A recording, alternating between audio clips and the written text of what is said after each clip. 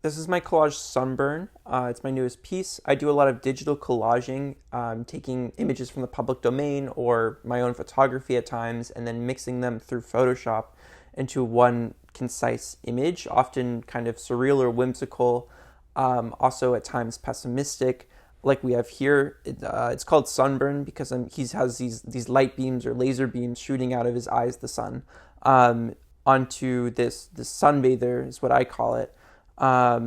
It's a mixture of a ton of different images put together.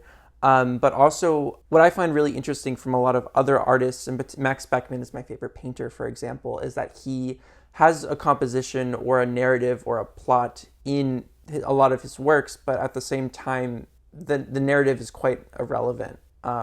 Anything could be happening and it would be interesting.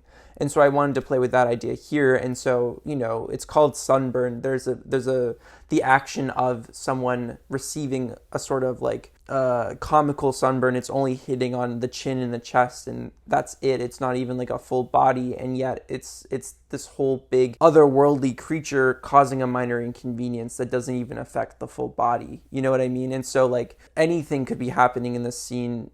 These images could have created a completely other composition, and yet the value comes from other things outside of what is happening. And I think that ties into internet culture in particular, and sort of, it's important for an artist to be able to look at what culture is around them and be able to reflect on that and create a concise image so that other future generations can look to what I have made and what other artists have made and get a broader understanding of, what makes it different and special compared to, the 90s or the 80s or the 70s or, the 1860s or whatever.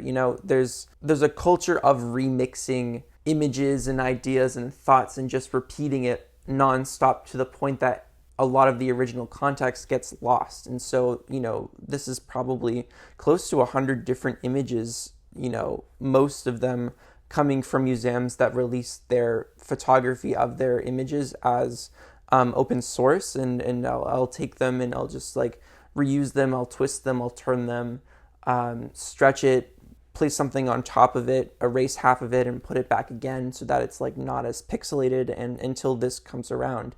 For example, the sun, that was really where this collage in particular started. And I found, I think it was the Met it was like a golden or like a metal sort of sun that had a face. And so that's where it started. And then I found a tarot card of a sun as well. And so that's the two sections of the sun.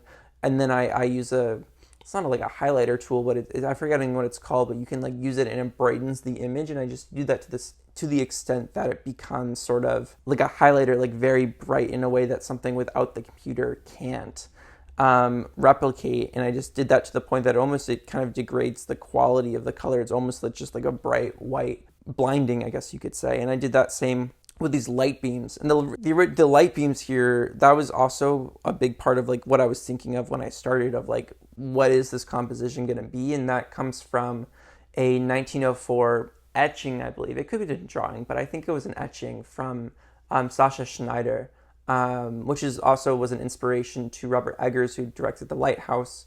But it's two men, and one is kind of like hypnosis is what it's called, is hypnotized by this like big light beam coming from another person's eyes. And so I wanted to play with that, but kind of have it be not this big event. Like it's kind of like, it's otherworldly, but also incredibly mundane. And I think that is what is really intriguing to me.